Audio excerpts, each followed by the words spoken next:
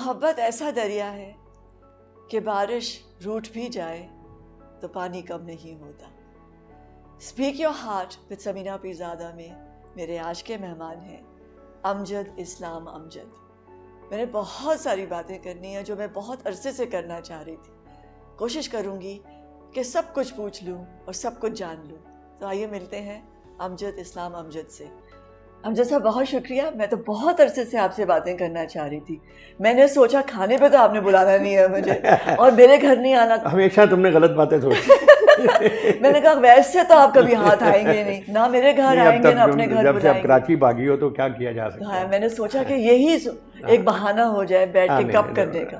मैं सीरियसली आपसे बहुत बातें करना चाह रही थी। नहीं हमें भी यही है। अब मुसीबत यह है कि अब तो वो कहते हैं ना कि बातें करने वाला भी नहीं मिलता। हाँ, तो ये बड़ा सारे कराची भाग गए। आजकल क्या कर रहे हैं आप? नहीं मैंने, अब तुम्हें पता है, मैंने टीवी के लिए तो तकरीबन 15 साल हो गए। मैंने 15 साल हो गए? हाँ 15 साल हो गए। मैंने शेर दिल जो आखिरी वो एयरफोर्स वाला किया था, उसके बाद मैंने कोई फिल्म नहीं लिखी, कोई टीवी नहीं लिखा ना, उसके बाद सिर्फ शायरी की। सिर्फ शायरी की है। और कॉलम लिखे हैं अच्छा, और मैं काम अपने पढ़ाता हूँ। आप पढ़ाते हैं? बिल्कुल थोड़ा सा पढ़ाते हैं। मैं आजकल किसको पढ़ा रहे हैं? अब आजकल तो मैंने इनफैक्ट थोड़ा सा इसलिए छोड़ा हुआ है कि मैं कुछ थोड़ा सा एजुकेशन चैरिटी के 1-2 काम है। अच्छा। तो उसके लिए मैं मुल्क से बाहर अक्सर मैं जाता हूँ, तो वो फिर मुश्किल, क्योंकि एमफिल की क्लासेस मेरी होती हैं। अच्छा। तो वो लेता हूँ जो मैं, तो उसमें प्रॉब्लम होती है कि होती सैटरडे संडे को है। तो आपने अपना पीएचडी नहीं की? नहीं पीएचडी माशाल्लाह मुझ पे हो गई। मैं तो सोच रही थी कि आप पीएचडी कर रहे होंगे इसीलिए गायब हो गए। नहीं पीएचडी करना होता तो कभी कब कर लिया होता, लेकिन वो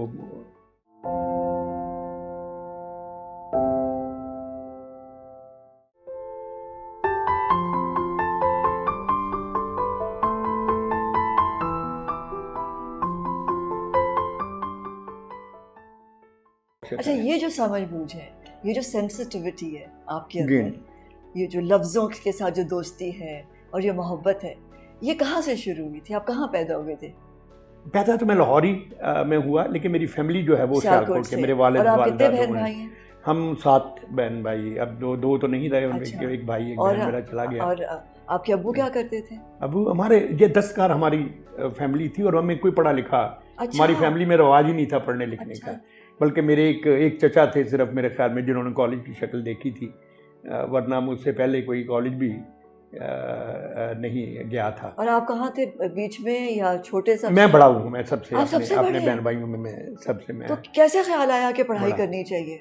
या आपकी अम्मी को ख्याल आया था? असल में मैं आपको बताऊं समीना, बहुता ये है कि जब भी आप ज़िंदगी को मुड़ के देखते हैं, हाँ, तो कई चीज़ें होती हैं जो लॉजिक से समझ में नहीं आती। अच्छा। ये कैसे हो गई? हाँ। और इससे मैं एक बहुत ईमान रखने वाला आदमी हूँ गैब पर और कुदरत पर। इंसानी लॉजिक, अक्ल, ये सब चीज़ें बहुत अपनी जगह पे ठीक हैं, लेकिन मैं इस पे बिलीव करने वाला हूँ कि एक और कायनात हमारे ऊपर, हमारे इर्द गिर्द कहीं चल रही है, कहीं से कुछ और भी हमारी किस्मत में चीज़ें जो हैं वो होती हैं। और अगर हम उस लाइन में रहें जहाँ जो उसका ऑर्बिट है, तो उसका जो एक फैज़ है वो अपने आप तक आ जाता है। यानी कुदरत आपके लिए रास्ते बना देती है। तो अब ये वो जो मियाँ मोहम्मद साहब का एक बड़ा मज़े का शेर है, वो मैं अक्सर पढ़ा करता हूँ कि जे मैं वेखा अपने वल्ले कुछ नहीं मेरे पल्ले। जे मैं वेखा अपने वल्ले कुछ नहीं मेरे पल्ले, तो जे मैं वेखा रहमत तेरी बल्ले बल्ले बल्ले। अभी एक तो इस बल्ले बल्ले के जो आप, तो मैं ये समझता हूँ कि कुदरत ने शायद मेरे लिए मुझ पर एक रहमत जो की कि जिस मोहल्ले में हम लोग रहते थे, फ्लेमिंग रोड लाहौर में, तो वो भी इसी तरह का एक, यानी जिसको कहना चाहिए दस्तकारों का छोटा सा, यानी जिसको कहना चाहिए लोअर मिडिल क्लास टाइप, एक कटरी से टाइप थी। लेकिन उस कटरी में हमारे ज़माने के बहुत बड़े एजुकेशनिस्ट थे, आका बेदार बख्त। तो उनका एक इंस्टीट्यूशन था जिसमें अदीब फाजल, अदीब आलम वगैरह जो है ना, ये करवाते थे। तो उनके घर में किताबें बहुत, एक तो वो पढ़े लिखे वैसे भी आदमी थे, बाद में लॉ करके फिर वकील भी हो गए वो। तो अब उस ज़माने में आपकी जो स्कूल की किताब है उसके अलावा किताब का कॉन्सेप्ट जो था, एक तो आना लाइब्रेरी होता था, तो इत्तेफाक से मेरे वालिद साहब को बहुत शौक था जासूसी नावल पढ़ने का, दूसरे तीरथ राम फरोज तर्जमे इब्ने सफ़ी के नावल वगैरह। तो एक तो वो हुआ, और दूसरे वो जो आका साहब का जो घर था उसमें तरह तरह के रिसाले, अदबी किताबें वगैरह वगैरह आती थी। और आप कितने बड़े थे उस वक्त? मैं बहुत छोटा, मेरे ख्याल में मेरी उम्र 7, 8, 9 साल का मैं हूँगा। अच्छा। लेकिन उसमें जो खूबी हुई कि पढ़ने का शौक़ तो मुझे फितरी था, ज़ाहिर है उस ज़माने में अकल तो इतनी होती नहीं, कुछ ज़्यादा समझ नहीं आती, लेकिन मेरे उस शौक़ को देखते हुए आका साहब ने अपने घर वालों को भी ये हिदायत दे रखी थी कि भाई ये बच्चा अगर कोई किताब उठाता, लेता, पढ़ता है तो इसको कोई रोके नहीं। फिर जो मेरी रीडिंग हैबिट डेवलप हुई वो शायद इस तरह से कि वालिद साहब, जैसे मैंने आपको कहा, उनको नावल पढ़ने का शौक़ था, तो आम तौर पर वो नावल मैं ही लाइब्रेरी से लेकर आता जाता था। और आप यकीन करो कि मेरी उस ज़माने में इतनी स्पीड तेज़ थी कि मुझे याद है इब्ने सफ़ी का 112 सफ़े का एक नावल होता था, और वो मैं सड़क पर चलते हुए 35 मिनट में पढ़ता था। जब तक आप अब्बू के तक पहुंचते थे आप पढ़ चुके होते थे। तो वो तो ये इससे ये अच्छी बात हुई कि उससे मुझे मेरी एक रीडिंग हैबिट जो है ना वो डेवलप हो गई। तो आपने शरारतें नहीं की? शरारतें की होंगी, लेकिन कोई ऐसी आउटस्टैंडिंग शरारतें, ये सबसे बड़ी शरारत नहीं कि अब्बू को किताब पकड़ाने से लेकिन पहले अब खुद देखो पढ़ लो। इसमें एक बड़ी दिलचस्प बात है, ये हुई कि आज से 50-55 साल पहले की मैं बात, आज के बच्चे तो शायद उस सोसाइटी को पूरी तरह से समझ भी ना पाएँ। तो मेरी एक ही खाला थी, वो इत्तेफाक से कोई 2-3 साल की उम्र में नबीना हो गई। अच्छा। और ज़ाहिर है उस ज़माने में कोई इलाज वगैरह भी ऐसे नहीं होते होंगे। अब वो बेचारी एक नबीना औरत जो है, आवाज़ उसकी अच्छी थी, तो या वो नातें पढ़ती रहती थी या फिर वो हम बच्चों को इकट्ठा करके कहानियाँ सुनाती थी। अच्छा, अब उसका भी प्रॉब्लम था कि उसकी तरफ कोई तवज्जो नहीं दे रहा, वो तवज्जो अट्रैक्ट करने के लिए वो कहानियाँ सुनाती थी, और बच्चों को हमारे ये इंटरेस्ट था कि हम उससे कहानियाँ। तो वो मैं ये हुआ कि जब मैं स्कूल में 6ठी जमात में गया तो वहाँ एक बज़्म अदब टाइप थी, तो मैंने वो जो खाला से सुनी हुई कहानी थी उसको कुछ थोड़ा सा एडिट किया अपनी अकल के मुताबिक, और मैंने वो क्लास में सुनाई, वो हिट हो गई। तो वो उन्होंने कहा कि ये बड़े मज़े की कहानियाँ सुन। तो मेरे एक टीचर थे, मुझे याद है, उन्होंने मेरा नाम ही रखा हुआ था कहानियों की मशीन। अच्छा। तो कहा करते थे चलो भी कहानियों की मशीन शुरू हो जाओ। तो उससे ये हुआ कि वो जो मेरे अंदर एक शौक़ था उसमें थोड़ी सी रीडिंग हैबिट डेवलप हुई, और उसमें फिर मैं बहुत शुक्रगुजार हूँ अपने मरहूम वालिदैन का कि असूली तौर पर यही था कि जैसे हमारी फैमिली में सारे बच्चों ने 8-10 जमातें पढ़ने के बाद जाके बिज़नेस में चले जाना था, जैसे कि मेरे सारे कज़न गए, तो मुझे भी उधर ही जाना था।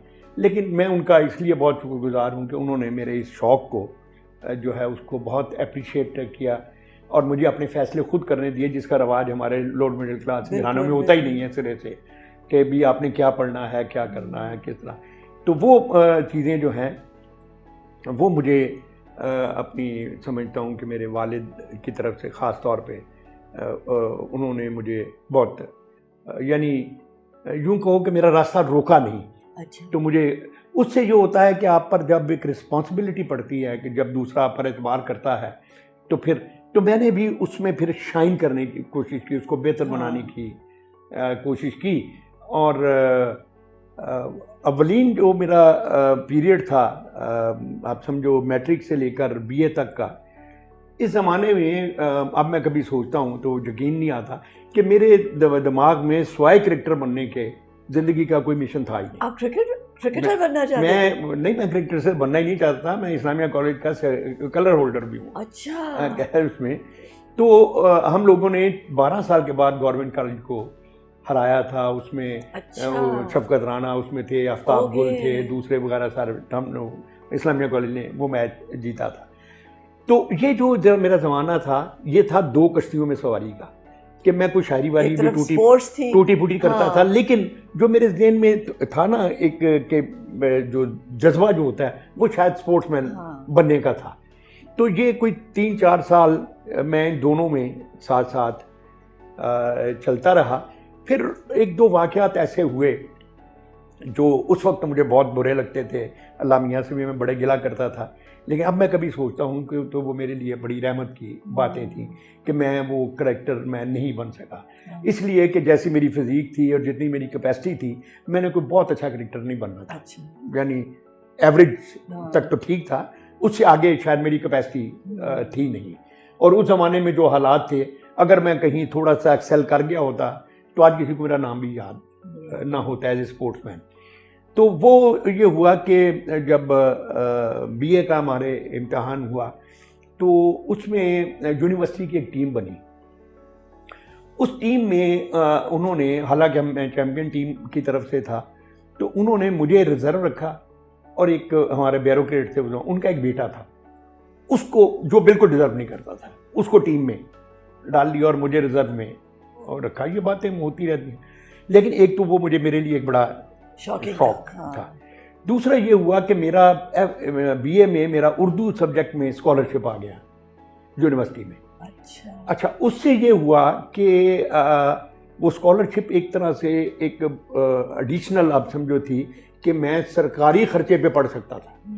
तो फैमिली में मैं बड़ा भी था, जैसा मैंने बताया कि हमारे हालात भी बहुत ज़्यादा अच्छे नहीं थे, इतने बुरे भी नहीं थे लेकिन इतने ज़्यादा अच्छे भी नहीं। ऐसे में इस तरह की ये जो कह लो इंसेंटिव ये बहुत था कि एक तो मैं उस सब्जेक्ट में था थोड़ा सा अच्छा, और फिर ऊपर से वो, तो फिर मैं ओरिएंटल कॉलेज पंजाब यूनिवर्सिटी में आया और वहाँ से फिर आप समझो कि मेरा अदब की तरफ जो कैरियर में 5th ईयर में मैं लिटरेरी सोसाइटी पंजाब यूनिवर्सिटी का। इससे मज़ा कहाँ से आया?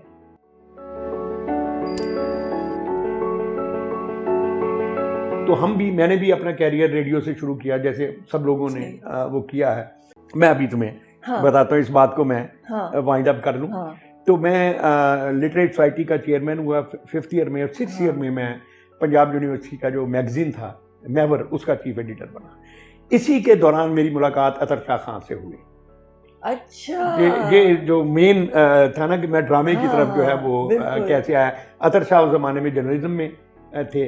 और मैं और इनका वो लाखों में 3 एक सीरियल चलता था, तो वो उनसे मेरी दोस्ती हो गई और यूं मेरा यानी वास्ता जो है टीवी ड्रामे से मेरी थोड़ी सी एक्वेंटेंस हुई। शायरी में तो मैं चल ही रहा था थोड़ा बहुत। तो एक और वजह शायद ये जो सेंस ऑफ ह्यूमर जिसको आप कह सकते हैं, कुछ तो नेचुरल होती है, कुछ मैं समझता हूँ कि जो मेरा स्पोर्ट्स का कैरियर है उसने भी उसको बहुत इन्हांस किया। क्योंकि आप देखोगे कि अक्सर स्पोर्ट्समैन जो हैं वो चूँकि टीम गेम होती है, लंबे लंबे सफ़र करने होते हैं, फिर बहुत सारे ऐसे पैसेजेस आते हैं बीच में जिसमें आप कुछ नहीं कर रहे, तो उसमें बातचीत गपशप ये वो तो ये चीज़ें रही। फिर मेरे दोस्तों का इत्तेफाक है, हल्का भी ऐसा था कि जिसमें एक से एक जो है जुमलेबाज आदमी था, बड़े बड़े कमाल के थे। तो जहाँ वो एक हमारा दोस्त है वो कहता था कि ये मुहावरा गलत है कि इज्जत आनी जानी है। हमारी जो महफिल है इसमें जानी जानी है आज तक हमने किसी की इज्जत आते नहीं देखी। तो ये चीज़ें थी सारी। इन्होंने ये वो ज़माना था जो मुझे जिसने एक तरफ मुझे शायरी की तरफ लेकर गया, जिसमें हम नजीम कासमी साहब मेरे वो एक तरह से रहनुमा, और वो भी था ना वो जो बने रिजर्व में जाना शॉकिंग, वो दिल को चोट लगी ना। तो उसके बाद फिर जब मैं टीवी अभी नया आया था, और जैसा कि आप सबको हमें पता है कि उस ज़माने में कोई ऐसा इंस्टीट्यूशन वगैरह तो था नहीं कि जिसमें आप जाके टेक्निक सीख सकें या तरबियत हासिल कर सकें, तो लोग देख कर ही लिखते थे। तो मैंने भी अपना कैरियर रेडियो से शुरू किया जैसे सब लोगों ने वो किया है। तो रेडियो से जब मैं टीवी की तरफ कोशिश की आने की, तो एक बड़ी अजीब सी बात थी इस वक्त, चूँकि टीवी में जो बड़े लोग थे हमसे सीनियर, वो इतनी तादाद में मौजूद थे कि टीवी का जो टाइम था वो उन्हीं में पूरा हो जाता था। तो किसी नए आदमी के लिए बड़ा मुश्किल था उसमें आना। और वो जो टीवी के जो इंतज़ामी वाले लोग थे वो भी एट ईज फील करते थे कि यार ये तो सिक्का बंद आदमी, अशफाक साहब हैं, मुन्नू भाई हैं, ये सारे लोग जो हैं, तो इनकी मौजूदगी में अब जब हमें ज़रूर, तो वो कुछ ज़्यादा लिफ्ट नहीं कराते थे। तो मैं भी, जब मुझे अतर शाह खान ही मुझे धिका देने वाला था, उसने मुझे कहा कि तुम लिख सकते हो। तुम्हें सेंस ऑफ ह्यूमर भी है और तुम्हें जुमला बनाना भी आता है, तो तुम ड्रामा लिखो। अब जो मैंने ड्रामा लिखा तो जाके टीवी पे दिया। उस ज़माने में ये भी आजकल की तरह नहीं होते थे फ़ोटो कॉपियाँ वगैरह ना, तो वो आमतौर पे साइक्लोस्टाइल टाइप करना पड़ा जल्दी लिखना।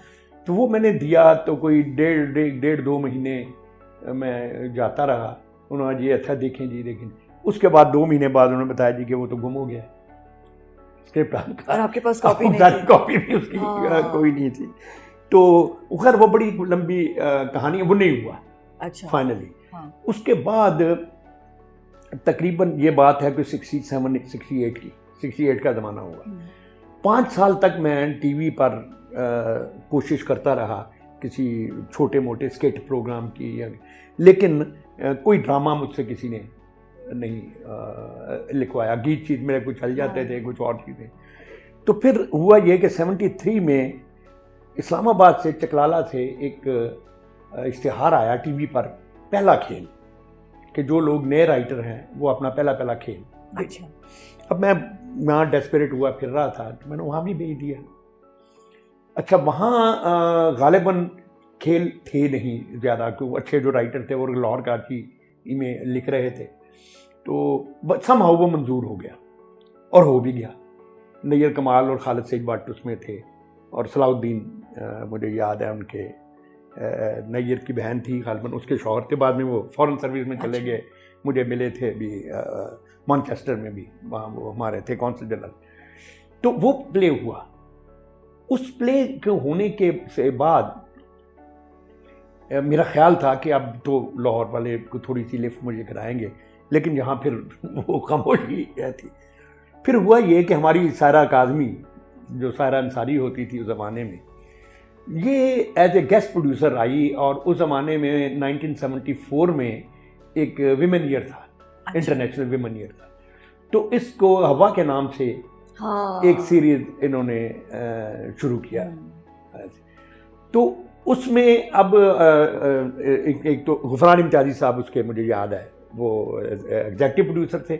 और ये तो सायरा को कहीं से पता चला, जाहिर है उस ज़माने में जो बड़े बड़े राइटर थे वो किसी छोटे स्टेशन के लिए या नए वो इतने इंटरेस्टेड भी नहीं थे। तो उसको पता चला कि भाई वो जो ड्रामा हुआ था वो अच्छा हो गया ड्रामा, पहला खेल में आखिरी ख्वाब उसका नाम था। तो फिर उसने मुझसे कांटेक्ट किया गुफरान साहब ने। तो फिर मैंने 2 ड्रामे जो है वो बरज़ख एक लिखा। मज़े की बात है, बरज़ख ही ड्रामा था जिसमें राहत काज़मी की और सायरा की, आप समझिए कि दोस्ती जो है पक्की जो उसी ड्रामे से और फिर मोहब्बत हो गई उसके दौरान हुई। राहत हमारे प्यारे पहले से दोस्त हमारे चले आ रहे थे। तो एक मोम की गुड़िया, ये 2 ड्रामे थे। तो बस आप यूँ समझिए कि बस इन ड्रामों से मेरा जो टेलीविज़न का एक करियर है। और फैमिली कैसे रिएक्ट कर रही थी, अब्बू और अम्मी के ये किधर जा रहा है ये बच्चा? नहीं, उस वक्त तक इसलिए नहीं कि उस वक्त में टीवी में इतना ग्लैमर आया ही था। टीवी सेट ही बहुत कम होते थे। मुझे याद है हमारे पूरे मोहल्ले में शायद 2 या 3 घर थे, इंक्लूडिंग आवर्स के, जिनके पास वो छोटे छोटे वाले ब्लैक एंड वाइट टीवी। तो उस ज़माने में टीवी में कोई इतना ग्लैमर तो था नहीं, ना ये कोई प्रोफेशन था। तो उनके लिए यही बड़ी, मैं समझता हूँ कि खुशी की बात थी कि बेटा कुछ काम कर रहा है, और कोई इक्का दुक्का बंदा कह भी दे कि यार वो आपके बच्चे की फलां चीज़ देखी है या पढ़ी है, तो उनके लिए यही बड़ी खुशी की। अम्मी को सुनाते थे अपनी शायरी? हाँ, वो शायरी देखो ना, मैंने बताया कि वो कोई बहुत ज़्यादा पढ़े लिखे तो नहीं। एक तो माँ बाप के लिए पहले ही ये होता है कि बच्चा कुछ कर रहा हो और उसकी तारीफ हो रही हो, तो उनके लिए ये चीज़ बेमानी हो जाती है कि ये कर क्या रहा है। यही चीज़ बहुत होती है कि लोग इसको अप्रिशिएट जो है वो कर रहे हैं। तो उन्होंने फैमिली मेरी ने उसको बहुत अप्रिशिएट किया। कभी मेरे रस्ते में कोई इस तरह की रुकावट मेरी फैमिली कभी। तो बाकी भाई क्या कर रहे थे? बाकी वही कर रहे थे जो मेरे बाकी कज़न कर रहे थे। बहनें थी आपकी? मेरी 4 बहनें और 3 भाई हैं हम। अच्छा। अब उनमें से एक बहन और एक भाई नहीं रहे, लेकिन वो भी, उनमें से भी कोई इधर आपकी तरफ नहीं आया। और पढ़ाई ज़्यादा करने में नहीं आया? हाँ, पढ़ाई में तो अब तक नहीं आया। अब हमारी जो नस्ल है, मेरे बच्चे जो हैं, ये बच्चे हैं जो यूनिवर्सिटियों वगैरह में गए हैं, लेकिन मेरी नस्ल तक भी मैं वाहिद बंदा ही था जो गया यूनिवर्सिटी में। जैसे मुझे कोई एहसास होता है जब मैं आपकी स्क्रिप्ट पढ़ती थी, जब मैं आपके प्लेस में काम, कि आप कैरेक्टर्स को बहुत इंटरेस्टिंगली बनाते थे। लाइक उनकी अपनी ज़बान होगी, उनकी अपनी बोलचाल, उनका अपना रख रखाव, रवैया अलग अलग अलग। मैं और उस्मान ये डिस्कस भी करते थे कि वो कैरेक्टर्स बनाते हैं, ये नहीं कि सारे ही एक जैसी बात कर रहे हैं, सारे एक जैसे, सारे ही फिलोसफर बने हुए हैं। वही उसमें भी वही बात है कि वो जो ऑब्जर्वेशन है, वो जो ऑब्जर्वेशन आपकी है। और फिर थोड़ी सी देखिए, मैं समीना, मैं अब बच्चों को भी, नौजवानों को भी, जब मैं पढ़ाता भी हूँ तब भी यही कहता हूँ कि हमें एक बात को भूलना नहीं चाहिए कि कुछ चीज़ें हमें मिलती हैं जिनमें हमारा अपना कोई इख्तियार नहीं होता। जैसे हमारे वालिदैन हैं, हमारा पैदा होने का टाइम है, हमारी शक्ल सूरत है, वगैरह वगैरह, बेशुमार बातें हैं जिन पर हमारा कंट्रोल नहीं होता है। लेकिन बहुत सारी चीज़ें ऐसी हैं कि जिनमें जो अगर आपके पास आर्ट की कोई फॉर्म हो, तो जब तक आप क्राफ्ट या स्किल जो है उससे रिलेटेड, जब तक आप उसको सीखते नहीं हैं, उस वक्त तक आप उसका हक अदा नहीं कर सकते। मसलन एक आपकी आवाज़ बहुत अच्छी है, अल्लाह ने अच्छी आवाज़ दी है आपको, लेकिन आप अच्छी आवाज़ से गाने की नकल तो कर सकते हो, गा नहीं सकते। अपना गाना तो नहीं बना सकते ना, नकल कर सकते हो आपकी आवाज़ के। गाना बनाने के लिए आपको मौसीकी सीखना पड़ती है। तो इसी तरह अगर आप राइटर हो और आपको लिखना आता है, तो लिखना आने के लिए फिर आपको उसके जो बाकी चीज़ें, मतलब आप एक करैक्टर लिख रहे हैं, तो अगर आप उस करैक्टर को स्टडी नहीं करते, उसकी ज़बान को आप तो ये आपको कैसे पता था ये सब?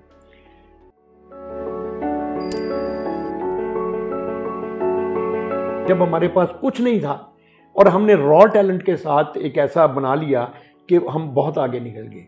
ये मैं समझता हूँ कि वेरी यंग जब आपने शुरू किया। हाँ, लेकिन तो ये आपको कैसे पता? मैं कहता हूँ ना कि ये कुछ चीज़ें तो आदमी मैंने सीखी ना, मैंने आपको बताया, मैंने अपने बड़ों से सीखी, सीनियर से सीखी। और कुछ चीज़ें जो हैं वो कैसे आती हैं, वो मेरे पास भी उसका कोई जवाब नहीं है। लेकिन मैं ये समझता हूँ कि हम लोग, हमारी नस्ल बड़ी खुशकिस्मत थी इस एतबार से, खुसूसन मीडिया में हम लोग जो ड्रामा में आए, कि उस ज़माने में बहुत अच्छे, बड़े कारीगर लोग, बड़े हुनरमंद लोग जो हैं वो टेलीविज़न में पाए जाते थे, हर शोबे में, म्यूज़िक में भी और इवन न्यूज़ में। मुस्लिम, मुझे याद है, हमारे दोस्त कमाल के आदमी थे। ड्रामा तो खैर हमारा वो फील्ड था ही, और तो बहुत अच्छे काम। तो हमारी नस्ल को ये फ़ायदा हुआ कि हमने बड़े हुनरमंद लोगों के साथ काम किया, तो हमें उनसे डायरेक्ट सीखने का मौका जो है वो मिल गया। और लेकिन जो ख़राबी हुई है, और जिसके लिए मैं हमेशा पीटीवी को कसूरवार ठहराता हूँ, ये मानते हुए कि हमें पीटीवी ने बनाया है, हम पीटीवी ही के प्रोडक्ट हैं, हमें जो इज़्ज़त मिली, जो नाम मिले, इसमें पीटीवी का। लेकिन जिसको कहते हैं ना खुद एहतसाबी, वो भी करनी चाहिए कि पीटीवी ने वो जो टैलेंट पूरे मुल्क से, रॉ टैलेंट जो है वो जमा हो गया था उसके पास, उन्होंने फिर उसको ऑर्गेनाइज करने की कोशिश नहीं की और इंस्टीट्यूशनलाइज नहीं किया। नतीजा ये हुआ कि वो एक रॉ आई और उसके बाद उसने एक हमारे वाली नस्ल पैदा की जो डायरेक्ट उसे, और उसके बाद फिर ये काम जो है, इसमें वो जो टैलेंट का और वो जो स्किल का जो रिश्ता था वो पीछे रह गया, और नौकरियां और ग्लैमर और दूसरी चीज़ें जो हैं वो आगे आती चली गई। और यूं पहले पीटीवी पर इसका असर हुआ, और अब आप देखते हैं कि बाकी जो हमारे चैनल्स हैं उस पर भी, कि इनमें हमारे मुआशरे की वो जो तस्वीर बनती है वो उतनी गहरी भी नहीं है और उतनी वसी भी नहीं है और उतनी मुतनव्वो भी नहीं है जैसे कि आपको 70s, मिड 70s में, 80s में, 90s में नज़र आती थी। तो ये चीज़ें जो हैं ये मुझे बहुत थोड़ा परेशान करती हैं कि हम एक ऐसे मुल्क में, एशिया का एक मुल्क था जो 2-3 स्पोर्ट्स के अलावा किसी और फील्ड में, स्वाइस के 60s में कोई थोड़ा सा इंडस्ट्रियलाइज हमारा कोई ऐसा नाम नहीं था, लेकिन कुछ शोबों में आके, खुसूसन ड्रामे वगैरह में हमने बहुत एक्सेल किया। तो ये बड़ी दुख की बात होती है कि जब हमारे पास कुछ नहीं था और हमने रॉ टैलेंट के साथ एक ऐसा बना लिया कि हम बहुत आगे निकल गए। और उसके बाद जब हमारे पास सब कुछ आ गया, वसाइल भी आ गए, टेक्नोलॉजी भी आ गई, एक्सेस भी आ गई, ग्लैमर भी आ गया, तो फिर हमने उसको लूज़ करना शुरू कर दिया। तो ये चीज़ जो है ये मुझे बड़ी तकलीफ थी। तो ये जो सब कुछ आप सोच रहे होते हैं, शायरी और ड्रामा और स्टूडेंट्स और पढ़ाना और पढ़ना और दिखना और लोगों के साथ गप मारना और हंसना हंसाना, उसमें आपकी बेगम ने आपको ढूंढा या आपने उनको ढूंढा? हाँ, दोनों ने ढूंढ लिया। असल में मेरी बेगम आपको तो पता ही है, हाँ, माय फर्स्ट कजन। तो उन्होंने प्रपोज किया या आपने किया उन्हें? नहीं किया था, मैं नहीं था। अच्छा। अगर जब मैं उसके सामने कम ही मानता हूँ लेकिन तो असल में हम बड़ी मज़े की बात है, वही जो मैं बता रहा हूँ जॉइंट फैमिली से। हाँ। अब देखो हमारे जॉइंट फैमिली सिस्टम में बहुत सारी खराबियाँ थी बिलाशुबा, लेकिन बहुत सारी अच्छाइयाँ भी थी। बच्चे जो हैं वो एक फैमिली में रहते हुए बहुत सारी वैल्यूज़ को सीखते थे देख देख कर, कोई उनको पढ़ाता नहीं था। हाँ। देख देख के सीखते थे। अब वो हमने उनको हटा के वेस्ट की तकलीद में हम निकल गए कि छोटे छोटे क्यूबिकल बना रहे, एक एक दो कमरों के घर बनाए, आइसोलेशन में अपने चल जाए। तो बच्चों को अब आप देखें आजकल के बच्चों को इन फूफी खाला मामू वगैरह इन रिश्तों का पता नहीं है। एक अंकल और एक आंटी में आपने मोर लगा के वो सारे, तो उनके साथ एक फिर ये है कि बहुत सारी मैं समझता हूँ कि जॉइंट फैमिली सिस्टम में जो कलेक्टिव खुशी का था तसव्वुर जो आपको बहुत ट्रेन करता है, क्योंकि देखिए सेक्रीफाइस जो है ना, इसार, ये इंसानी ज़िंदगी की बहुत बड़ी खूबी है। मैं समझता हूँ इस कायनात में जो इंसान को अशरफुल मखलूक़ात है, उनमें एक जो बहुत बड़ी वजह है इंसान के अशरफ होने की, वो उसकी कुर्बानी सेक्रीफाइस है, दूसरे के लिए कुछ करना। ये आपको जानवरों में इस तरह किसी जानवर में शायद नज़र नहीं आएगा। तो ये जब आदमी इकट्ठे रहते थे, इसका ये मतलब नहीं कि गोरों में नहीं है, मगर उनका तरीका ज़रा डिफरेंट हो गया। उसमें इंडिविजुअल जो है वो बेस हो गया है बजाय इसके कि वो फैमिली या ग्रुप।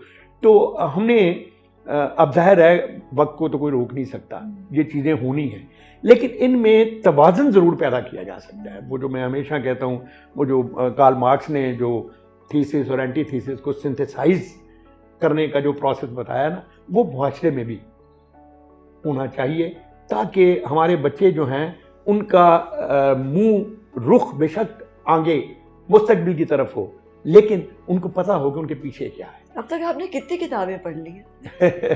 नहीं, अब किताबें तो बहुत ज़्यादा, पहले मैं खासा पढ़ता था, लेकिन अब वो ज़ाहिर है इतना अब लिखने मेरी अपनी माशाल्लाह 70 किताबें हो चली हैं मिला जुला के, जो मेरी लिखी हुई जो है। तो वो अब लिखने में बच्चे हैं? मेरे माशाल्लाह 3 बच्चे हैं, 2 बेटियां, 1 बेटा है। और आपके बच्चों में से कोई है जो लिखता है? अली मेरा बेटा जो है वो लिखता भी है। अच्छा। लेकिन तीनों बच्चे पढ़ने में बहुत अच्छे हैं, very good, they are very good. कहानियां सुनाई उसमें? हाँ, असल में जब उनकी उम्र आई बच्चों की, तो उस वक्त मैं खुद ही एज ए प्ले राइटर जो है वो इतना एस्टेब्लिश हो चुका था कि उन्होंने मेरी ड्रामों के जरिए से ही। अच्छा। लेकिन मेरे ड्रामे उन्होंने, आपने उनको कहानियां नहीं सुनाई? नहीं, कहानियां इतनी ज्यादा नहीं, जिस तरह मेरी खाला ने मुझे सुनाई थी, वो इसी वजह ये ना कि वो सिस्टम नहीं रहा ना, वही जिसका मैं रोना रो रहा हूँ। कि फिर ये है कि अपना समीना, एक और बात जो होती है, जो हमारी आपकी तरह के लोग होते हैं जो मेहनत करके ज़िंदगी में नीचे से ऊपर आते हैं, उनके साथ एक बड़ा अलमिया ये होता है कि उनका जो बचपन और जवानी का जो नेचुरल पीरियड है ना, वो सुकड़ जाता है। बचपन भी जल्दी ख़त्म हो जाता है, जवानी भी जल्दी ख़त्म हो जाती है, क्योंकि वो स्ट्रगल का पीरियड इतना होता है। मुझे कभी कभी मैं सुनता था बुज़ुर्गों से कि जी अपने बच्चों के बच्चे ज़्यादा प्यारे होते हैं, तो सोचते थे कि ऐसे भी ये बात बनाई हुई है। लेकिन अब वक्त आया तो मैंने देखा कि ये वाकई ऐसा हुआ। फिर मैंने इस पर गौर किया तो मुझे समझ आया कि जब मेरे बच्चे छोटे थे तो प्यार तो मुझे उनसे बहुत था, लेकिन मेरे पास क्वालिटी टाइम नहीं था उनको देने के लिए। मैं अपनी ज़िंदगी की दौड़ी में इतना लगा हुआ था, ड्रामों में, फलाने में, इधर रहे, पढ़ा रहे हैं, सफ़र कर रहे हैं, जा रहे हैं। तो मैं अपनी तरफ से उनके हुकूक तो पूरे कर रहा था, मगर वो टाइम नहीं दे रहा था जब वो डिज़र्व करते थे। अब जब आप फिर ज़िंदगी में थोड़े से स्टेबल हो जाते हैं, टाइम पर आपको ज़रा सा कंट्रोल आता है, उस वक्त आपके बच्चों के बच्चे आते हैं, तो आपने जो उनके वालिदैन को नहीं दिया होता ना, वो भी उनको दे के कंपनसेट करते हैं। मैं समझता हूँ। रिग्रेट करते हैं कभी? हाँ बिल्कुल, मुझे बड़ी बेटियाँ मुझे बताती हैं, वो कहती हैं जी कि हम आप जब आपने अपने कागज़ वागज़ रखे होते थे ना, और अगर हम कोई कागज़ इधर से उधर कर देते थे तो आप हमें बहुत झड़कते थे।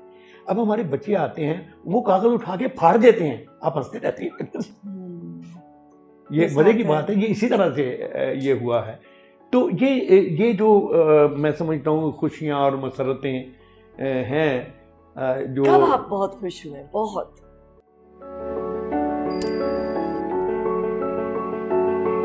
और बहुत दो ऐसी चीजें हैं जो जितना बांटते जाओगे ये बढ़ती जाएगी। मैं वैसे भी खुश रहने वाला आदमी हूँ, मैं आपको बताऊँ, मैं एक ऑप्टिमिस्ट आदमी हूँ। कोई ऐसी खुशी याद है जब आप बहुत खुश हुए?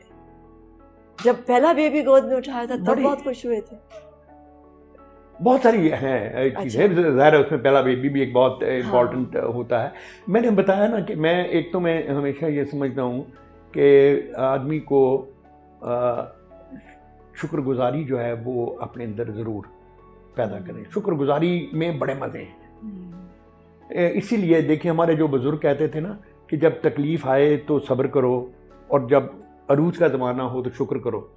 अब समझ में आती है वक्त के साथ इसका सही मतलब जो है ना, क्योंकि जब आप शुक्रगुजार होते हैं और उसका इजहार करते हैं शुक्रगुजारी का अपने अमल से, तो उसका वो जो दीनी और स्पिरिचुअल पहलू है वो अपनी जगह है।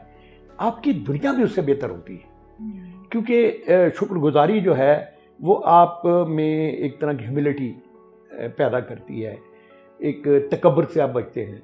क्योंकि मैं ये समझता हूँ कि तकब्बुर जो है ये शायद शिर्क के बाद सबसे नापसंदीदा चीज़ है जो अल्लाह ताला को है। कुदरत को जो सबसे नापसंदीदा चीज़ है ना, वो शिर्क के बाद वो तकब्बुर है कि अल्लाह ताला ने कहा कि मुतकब्बिर। तो अब हम तकब्बुर किस बात पे करें?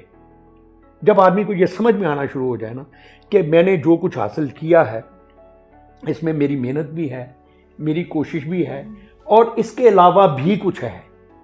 वो इसके अलावा क्या है, अगर आप उसको मान लेते हैं तो फिर आप गुरूर का शिकार नहीं होते, तकब्बुर का शिकार। वरना आप समझते हैं कि ये तो मैंने खुद बनाया, हर चीज़ मैंने की है।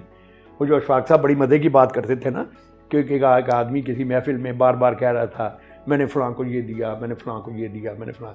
एक आदमी उठ के उसके पास गया, उसने कहा यार कहाँ से दिया था? वो दिए में से दिया था ना। बाबा जी, ये बाबा जी की बात है। तो यही है कि हम अगर ये कहें कि मैंने किसी को दिया, वो यार मुझे किसी ने दिया है तो मैं दे रहा हूं ना। तो अगर मैं उसको मान लेता हूं तो, और मान के जब मैं उसके दिए में से देता हूं फिर वो मुझे और देता है। कोई ऐसी बात है जिसको आप पीछे मुड़ के देखते हैं तो आप कहते हैं इसको मैं इरेज कर सकता तो मैं मिटा देता? ज़ाती ज़िंदगी में तो शायद कोई ऐसी इम्पोर्टेंट इतनी बात नहीं, छोटी छोटी हैं। लेकिन सच्ची बात मैं बताऊं तुम्हें कि मजमूई तौर पर एक जो है तकलीफ़ या पछतावा या एहसास, वो मुझे हमेशा दामनगीर रहता है कि हमारा मुआशरा, ये जो मुआशरा जिसमें हम रहते हैं, इसका पोटेंशल इससे ज़्यादा है। ये आपको दुख देता है? ये चीज़ मुझे दुख देती है कि हम अपने उस पोटेंशियल को पूरी तरह से एक्सप्लॉइट नहीं कर पाए, और शायद इसमें जो हमारे हिस्से का काम था करने वाला, शायद हमसे भी कहीं, अगर सब पीछे रहे हैं तो हम भी रहे होंगे। तो कहीं ना कहीं इसे कैसे हम ठीक कर सकते हैं कि हमारा जो असल पोटेंशियल है वो वही है। ये जो बातें हम इतनी देर से कर रहे हैं वो यही है कि हम जो तवाज़ुन है उसको, और उसी का नाम आजकल की ज़बान में आप टॉलरेंस भी कह सकते हैं, स्पेस गिविंग भी कह सकते हैं। आप समझते नहीं कि शायद हमें थोड़ा सा सिस्टम को बदलना पड़ेगा, एजुकेशन के सिस्टम को, ब्यूरोक्रेटिक सिस्टम को, और अपने लीगल सिस्टम? बिल्कुल बिल्कुल, ये सारी चीज़ें जो हैं उसी में आती हैं। और देखिए उसी से फिर पॉलिटिकल सिस्टम भी ठीक होगा। देखिए जब अदारे ठीक होंगे ना आपके, और इदारों में मैं हमेशा ये कहता हूँ, और मैं पूरी ईमानदारी से ये बात कहता हूँ कि जो स्पेस मैं अपने लिए मांगता हूँ, अगर मैं आपको या दूसरे को वो स्पेस नहीं देता तो मैं किस मुंह से मांगता हूँ, किस असूल के तहत मांगता हूँ? तो हमारे माशरे में जो बहुत ज़रूरी चीज़ है ना, वो ये तय करना है कि हम एक दूसरे को स्पेस देना जो है वो, अगर मुझे चाहिए तो फिर दूसरे को वो चाहिए। हाँ। और अगर मुझे इज्जत चाहिए तो दूसरे को भी उतनी ही चाहिए। तो ये चीज़ें जो है ना, ये हाँ। हमें ये आके हमारे माशरे में मैं समझता हूँ कि शायद तालीम की भी कमी है, कुछ और भी बहुत सारे हमारे मसाइल हैं, और उसमें आकर हमारे मीडिया ने अच्छे काम भी किए हैं बिलाशुबा। ये जो मॉडर्न मीडिया है इसने बड़ी अवेयरनेस भी दी है और भी बहुत सारे कुछ अच्छे काम किए हैं, लेकिन इसने भी मुआशरे को जेल करने में जो रोल था वो मैं माफ़ी चाहता हूँ उस तरह से नहीं किया जो उसको करना चाहिए था। इसमें हम सब ही हैं मिलके। तो उसमें ये जो आप देखें, अक्सर हम शिकायतें करते हैं इंटॉलरेंस की। आजकल अब इलेक्शन का आप देखते हैं कि लोगों की जो ज़बान है ये अच्छी ज़बान नहीं है एक दूसरे के बारे में, सब के सब, मैं किसी एक का नाम नहीं लेता। तो ये जो एटीट्यूड है ये अल्टीमेटली माशरे में और मुंह में कड़वाहट पैदा करता है। तो इस चीज़ को हमें टॉलरेंस के साथ, इंसाफ के साथ, इदारों को बेहतर करने के साथ, आम आदमी के जो बेसिक ह्यूमन राइट्स हैं उनको ज़्यादा से ज़्यादा अकोमोडेट करने के साथ। आपको पता, मैं ये जो गाली गलोच है और बदज़बानी है, मैं इसको वायलेंस के अंदर डालती हूँ। मैं समझती हूँ कि ये वायलेंस का हिस्सा है। जिस तरह आप किसी को थप्पड़ मारते हैं या आप किसी की पिटाई करते हैं या आप जो भी इस्तेमाल करते हैं, गन, पिस्टल से, ये सब वायलेंस का है। ज़बान, ये साउंड पोल्यूशन है। यस, और ये ज़बान से बुरे लफ्ज़ कहना भी वायलेंस है, क्योंकि आप वायलेट कर रहे हैं किसी और की इज्जत को। देखिए जनाब अली का बड़ा कमाल का, वो खैर कॉल तो उनके घर ही ऐसे होते हैं, तो उन्होंने कहा था कि बात करो ताकि तुम पहचाने जाओ। आदमी अपनी बात से, अपनी गुफ्तगू से। लेकिन मैं ये समझता हूँ कि ये भी जो लोग हैं इस वक्त जो कर रहे हैं, ये भी शायद इस बात को समझ नहीं रहे। मैं उनकी नीयतों पे भी शक नहीं करता कि वो वायलेट कर रहे हैं। हाँ, मैं उनको नहीं चाहिए। आपको गुस्सा आता है? हाँ, गुस्सा मुझे आता है। मुझे जो बात मेरी पसंद के, जिसको मैं सही समझता हूँ उसके ख़िलाफ़ हो तो आता है और उतर भी बड़ी जल्दी जाता है। लेकिन ये है कि ऐसा गुस्सा जिसका ताल्लुक़ किसी वैल्यू से हो, जिसमें किसी वैल्यू को डिस्टॉर्ट किया जा रहा हो, वो गुस्सा जो है वो मैं समझता हूँ कि थोड़ा सा शायद जेन्युइन होता है और वो रहना चाहिए। माफ़ कर देते हैं आसानी से। हाँ, अल्लाह ने, अल्लाह की मुझे बड़ी माफ़ी मांग लेते हैं। अल्लाह की बड़ी रहमत है। माफ़ी भी मांग लेते। माफ़ी भी दिल में ज़्यादा मांगता हूँ, हाँ, मुँह से भी मांग लेता हूँ, लेकिन इतनी फ्रिक्वेंटली नहीं जितनी होनी चाहिए। अच्छा। लेकिन दिल में मैं उसको, जब एक मुझे अंदाज़ा हो जाए कि मैंने गलती की है। जब मुँह से नहीं मांगते माफ़ी, नहीं, फिर किस तरह, नॉट ऑल द टाइम, फिर क्या करते हैं? एटीट्यूड से। अच्छा। आपका एटीट्यूड होता है ना, आप कंपनसेट उसको किस तरह से करते हैं। तो ये है, क्योंकि देखो असल में वो मेरी एक नज़्म है जो मेरी बेगम का कहना है कि मैंने उसके लिए, उसके कहने पर लिखी है, और बाकी है भी यही बात सही कि हमारे अब बात कर रही थी ना, हर सोसाइटी का कुछ अपना। मिसाल आप ऑक्सफोर्ड स्ट्रीट में गुजर रहे हो तो आपके करीब से 6 बंदे गुजरते हैं जिनके साथ आपका कोई वाकफियत नहीं, सिरे से हर बंदा आपको हैव ए नाइस डे कह के जा रहा है, या आपको कोई चीज़ पकड़ाने की कोशिश कर रहा है, या रास्ता देने की कोशिश कर रहा है। तो हमारे यहाँ इसकी तरबियत निस्बत, लेकिन ये चीज़ें उन मुआशरों ने अपने लोगों में पैदा की है, इसको चीज़ों को ऐसे थे नहीं वो। अब देखिए कि मसलन मुझे किसी ने बताया, मैं बर्मिंघम में था, कि वहाँ एक स्कूल मुझे उन्होंने दिखाया। उस स्कूल में उन्होंने एक जो ट्रैफिक सिग्नल है ना, एक ग्राउंड सी है, उसमें ट्रैफिक सिग्नल बनाए हुए हैं, वहाँ इरेक्ट किए हुए हैं, और प्ले ग्रुप के जो बच्चे हैं उनको वो एक साल में आप समझो तकरीबन 100 दफ़ा सड़क पार करवाते हैं कि पहले राइट देखो, लेफ्ट देखो, करते करते वो उनके रिफ्लेक्सेस में वो चीज़ आ जाती है। नतीजा ये है कि वो आगे जाके जो मर्जी बने सड़क को ठीक पास करेगा। इसकी मैं एक मिसाल दिया करता हूँ। हमारे बचपन में पहाड़े स्कूलों में याद कराए जाते थे, दूनी दूनी दो दूनी, और सारा साल पूरी साल रोजाना बच्चे वही पढ़ा पढ़ते थे। तो किसी ने कहा यार ये क्या बेवकूफ़ी की बात है, एक दफ़ा याद हो गया बच्चों को, अब सारा साल ही कराते जाते हो। मैंने कहा यार तुम कई एक बात पे गौर करो कभी कि एक आदमी बूढ़ा हो जाता है 80 90 95 साल की उम्र में, मेमोरीज की जवाब दी गई, अल्जाइमर में आ गया, बच्चों तक के अपने नाम उसका भूल जाते हैं, पढ़ा नहीं भूलते।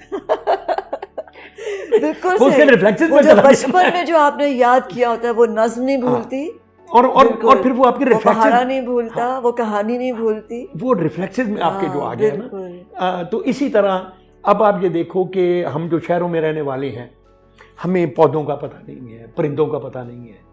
हम लोगों को मतलब मुझे कोई पूछे तो मैं किसी दरख्त का भी नाम, सब्जियों का पता नहीं है। तो इससे भी ये भी होता है कि जो शहरों की हैबिटाट है वो आपको नेचर से भी थोड़ा सा दूर कर, वरना नेचर भी आपको जो है ना इंसान बनाने में बहुत बड़ा रोल अदा करती है, आपको बंदा बनाए रखने में। तो वो जो डायरेक्ट नेचर के साथ हमारा ताल्लुक था वो भी कुछ थोड़ा सा निस्बतन कम हो गया। जिंदगी क्या है? जिंदगी के बारे में, जिंदगी का तो शायद जिंदगी को मोहब्बत का एक एक्सटेंशन अगर कहा जाए, फैलाओ, क्योंकि मैं ये समझता हूँ कि ये इस कायनात का जो मकसद हमारे ज़हन में आता है वो भी एक तरह से मोहब्बत ही के फैलाव है। अगर आप इसको थोड़ा सा ज़्यादा फ़लसफ़ा इसमें डालने की कोशिश करें तो ये भी एक मोहब्बती का फैलाव है। तो इसलिए ज़िंदगी को अगर हम एक ऐसा इम्तहान समझने की कोशिश करें, मेरा ख़ैर है कि वक्त करता है हर सवाल को हल, वक्त करता है हर सवाल को हल, ज़ीस्त मकतब है इम्तहान नहीं, कि ज़िंदगी स्कूल है, हमने इसको इम्तहान समझ लिया हुआ। वाह वाह वाह वाह। तो इम्तहान तो इसका एक हिस्सा होता है ना, कि साल के आखिर में वो असल तो मकतब है। तो ज़िंदगी जो है ये एक मुसलसल सीखना, और सीखना भी क्या है कि इसकी क्वालिटी कैसे बेहतर हो, और कितना फैलाव आप रचा सकते हैं मोहब्बत का, कैसे अगर हम अपनी मोहब्बत कितनी बांट सकते हैं। तो ये वही इल्म और मोहब्बत इल्म और मोहब्बत दो ऐसी चीजें हैं जो जितना बांटते जाओगे ये बढ़ती जाएगी। और मौत क्या है? मौत हमारे शायर मीर तकी मीर का एक शेर है कि मौत एक मांदगी का वक्फा है, यानी आगे चलेंगे दम लेकर। फिर से कहिए। मौत एक मांदगी रेस्ट करना, जैसे है ना, मौत एक मांदगी का वक्फा है, यानी आगे चलेंगे दम लेकर। वाह वाह वाह। तो ये जो है इशा।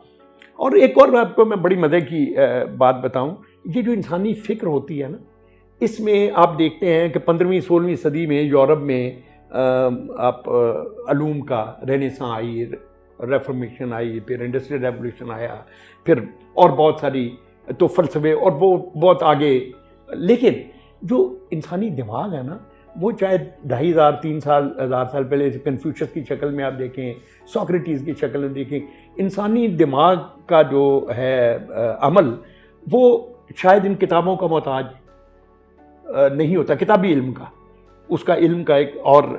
अब मैं मसला आपको एक बड़ी मज़े की बात बताऊं, आप देखो कि 18वीं सदी में यूरोप में ये फीलिंग हुई कि ये जो सरमायादाराना निज़ाम है, कैपिटलिस्टिक सोसाइटी, ये इंसानों को रोबोट बनाकर और उनके हकूक़ छीन कर, हैव्स और हैव नॉट्स का जो फलसफा, तो हेगल और मार्क्स वगैरह ने इस पे काम किया। दास कैपिटल उसने लिखी। दास कैपिटल ऐसी बड़ी किताब है, आप हैरान होंगे कि अल्लामा इकबाल ने कार्ल मार्क्स के बारे में एक जुमला कहा हुआ है कि नीस्त पैगंबर व लेकिन दर बगल दारत किताब, कि ये पैगंबर नहीं था मगर साहिब किताब था, किताब थी इसके पास। इसको मॉडर्न बाइबल भी कहा जाता है। तो इसने आकर दुनिया को एक नया विजन दिया, रिश्तों का, पैदावारी रिश्ते जो हैं, एक नया विजन दिया। अब इसके पीछे पूरा यूरोप का 200-300 साल का जो फलसफा था, उसकी पैदावार थे हेगल और मार्क्स। अब आप देखो कि दिल्ली में उसी ज़माने में पैरेलल एज में, बल्कि उससे थोड़ा सा पहले, मीर तकी मीर नामी एक शायर हमारा हुआ। उस बेचारे ने पूरी ज़िंदगी में मेरे ख्याल में कोई 500-700 किलोमीटर से ज़्यादा दुनिया भी नहीं देखी होगी। ना हवाई जहाज़, ना टेलीफोन, ना जोग्राफिया, ना अमेरिका शायद उस वक्त अभी दरिया भी कुछ पता नहीं था उसको। लेकिन उसने अपनी फ़िक्र के साथ कि ये जो हैव्स और हैव नॉट्स हैं, किस तरह कुछ लोग जो हैं वो दूसरों की मेहनत का फल बग़ैर मेहनत किए, बग़ैर ज़ाती मेहनत किए ले जाते हैं। तो वो जो चीज़ उसने दास कैपिटल में 800-900 सफ़े में एक फ़लसफ़ा बना के कही, मीर तकी मीर का एक शेर मैं तुम्हें सुनाता हूँ। उस पूरे शेर में उसने उस किताब का जिस्ट कर दिया, निकाल के रख दिया है। वो कहता है कि अमीरज़ादों से दिल्ली के मत मिलाकर मीर, अमीरज़ादों से दिल्ली के मत मिलाकर मीर, कि हम गरीब हुए हैं इन्हीं की दौलत से। अब देखो पूरे 2 मित्रों में उसने पूरी बात लपेट के रख दी कि ये हमारे हिस्से की दौलत है, हमारी मेहनत का फल है जो। तो ये जो इंसानी फिक्र है, ये इसमें ज़ाहिर है। अब जब प्रिंट प्रेस आया, अलूम फैले जैसे आजकल है, और मॉडर्न टेक्नोलॉजी, ये सारी चीज़ें अपनी जगह हैं, लेकिन असल चीज़ तो यहाँ है कहीं। और वो अब आप देखो, मसलन इंसानी अकल काम नहीं करती कि ये जो इजिप्ट में पिरामिड्स हैं ये कैसे डिज़ाइन हुए थे, कैसे बनाए थे। मैं एक ज़माने में एक मजमून पढ़ रहा था कि इसमें जो पत्थर के स्लैब्स इस्तेमाल हुए हैं, इनका नियरेस्ट सोर्स जो है वो 400 किलोमीटर दूर है। Nearest source 400 kilometre. 6000 साल पहले 40-40 मन वजनी जो पत्थर था वो किस तरह से लाए, और 480 फुट उस पर कैसे गए, और किस मटेरियल के साथ आए, और क्या उसकी ज्योमेट्रिकल ड्राइंग्स हैं, और क्या।